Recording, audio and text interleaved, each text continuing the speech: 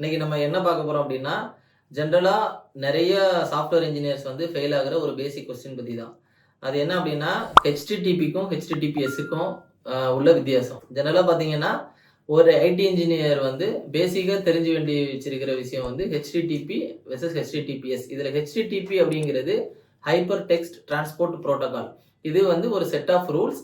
எதுக்கு நம்ம ஜெனரலா யூஸ் பண்ணுவோம்னா, நீங்க வந்து உங்களோட ப்ரௌசர் யூஸ் பண்ணும்போதுல ப்ரௌசர்ல நீங்க என்ன ரெக்வெஸ்ட் பண்றீங்களோ, அத வந்து சர்வருக்கு போய் அந்த ரெக்வெஸ்ட்ட ப்ராசஸ் பண்ணி ரெஸ்பான்ஸ் எடுத்துட்டு வர அந்த செட் ஆஃப் ரூல்ஸுக்கான புரோட்டோகால் நேம் தான் HTTP. இப்போ இத வந்து என்ன ப்ராப்ளம் அப்டின்னா, ஃபார் எக்ஸாம்பிள் நீங்க வந்து யூசர் நேம் அண்ட் பாஸ்வேர்ட் வந்து டைப் பண்ணி சப்மிட் பண்றீங்க. இந்த யூசர் நேமும் பாஸ்வேர்டும் இங்க இருந்து சர்வருக்கு போகும்போதுல நெறைய வழிய கடந்து போணும் சர்வர வந்து ரீச் பண்ற வரைக்கும். ஃபார் எக்ஸாம்பிள் நம்மளோட இன்டர்நெட் சர்வீஸ் ப்ரொவைடர் இருப்பாங்க. நம்ம வந்து ஒரு மொபைல் சிம் கார்டு வாங்கி அதில தான் இன்டர்நெட் யூஸ் பண்றோம்னா, நம்ம எந்த கம்பெனில மொபைல் சிம் கார்டு வாங்கி இன்டர்நெட் ஆக்சஸ் பண்றோமோ, அவங்க தான் நம்மளோட ISP internet service provider. First இங்க இருந்து அவங்கள ரீச் பண்ணணும். அதுக்கப்புறம் அங்க இருந்து டெஸ்டினேஷன் சர்வரோட ஐபிய ஃபைண்ட் பண்ணணும். அதுக்கப்புறம் அந்த ஐபிய போய் ரீச் பண்ணணும். ஸோ இதுக்கு இடையில பார்த்தீங்கன்னா, யார் வேணாலும் அந்த டேட்டாவ வந்து ஓப்பன் பண்ணி பார்க்க முடியும். ஏன்னா, அந்த டேட்டா வந்து டிரான்ஸ்போர்ட்ல இருக்குது. அது நெறைய கண்ட்ரோல தாண்டி தான் போகும்.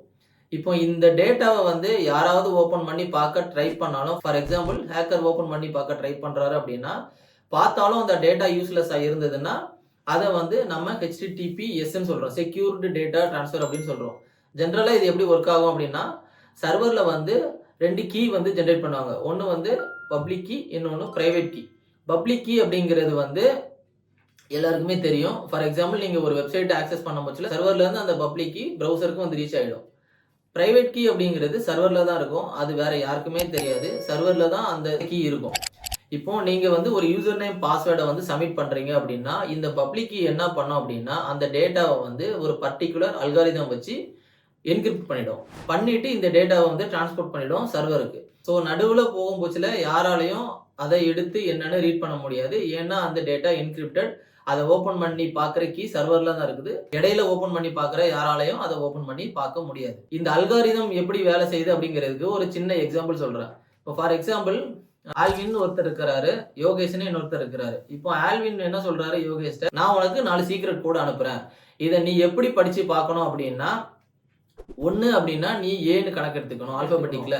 2னா பின்னு எடுத்துக்கணும். 3னா சின்னு எடுத்துக்கணும். 4னா டின்னு எடுத்துக்கணும். ஸோ இந்த மாதிரி ABCDல எல்லாமே பார்த்தீங்கன்னா, எத்தனாவது நம்பர் இருக்குதோ அந்த நம்பருக்கான லெட்டர்ஸ நீ எடுத்துக்கணும் அப்படின்னு நான் சொல்றேன்னு வச்சுக்கோங்களேன். இப்போ நான் வந்து 2, 3 அப்படின்னு அனுப்புறேன் அப்படின்னா, நான் ஒரு சிம்பிள் அல்காரிதம் வச்சு அந்த டேட்டாவ டீக்ரிப்ட் பண்ணிட்டேன்.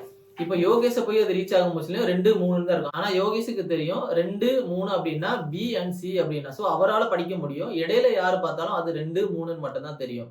ஸோ இதே வந்து லார்ஜ் ஸ்கேல்ல ரொம்ப காம்ப்ளெக்ஸான டேட்டா வச்சு டீக்ரிப்ட் பண்ணி அந்த டேட்டாவ சென்ட் பண்றது தான் இந்த பப்ளிக் கீயோட வேலை. இதை ஓப்பன் பண்ற லாஜிக்க சர்வர் வந்து செய்யறதுக்கு யூஸ் பண்றது தான் பிரைவேட் கீ. இவ்வளவுதான். இது ரொம்ப சிம்பிளா முடிஞ்சிடும். அதுக்கப்புறம் ஓப்பன் பண்ணி பார்த்தோம்னா அந்த ஒரிஜினல் டேட்டா வச்சு சர்வர் அந்த டேட்டாவை டீக்ரிப்ட் பண்ணி பண்ண வேண்டிய பிசினஸ் லாஜிக்கை பண்ணிட்டு டேட்டாவை வந்து மறுபடியும் ரெஸ்பான்ஸா அனுப்பிடும். ஸோ இதுல என்ன நடக்குது அப்படின்னா, நார்மலா பிளைனா அனுப்புற டேட்டாவை நம்ம வந்து என்கிரிப்ட் பண்ணி செக்யூரா அனுப்புறோம். ஸோ இடையில யாராவது ஓப்பன் பண்ணி பார்த்தா கூட அந்த டேட்டா யூஸ்லெஸ், அவங்களால எதுவுமே பார்க்க முடியாது. இது ரொம்ப சிம்பிளான கான்செப்ட் தான்.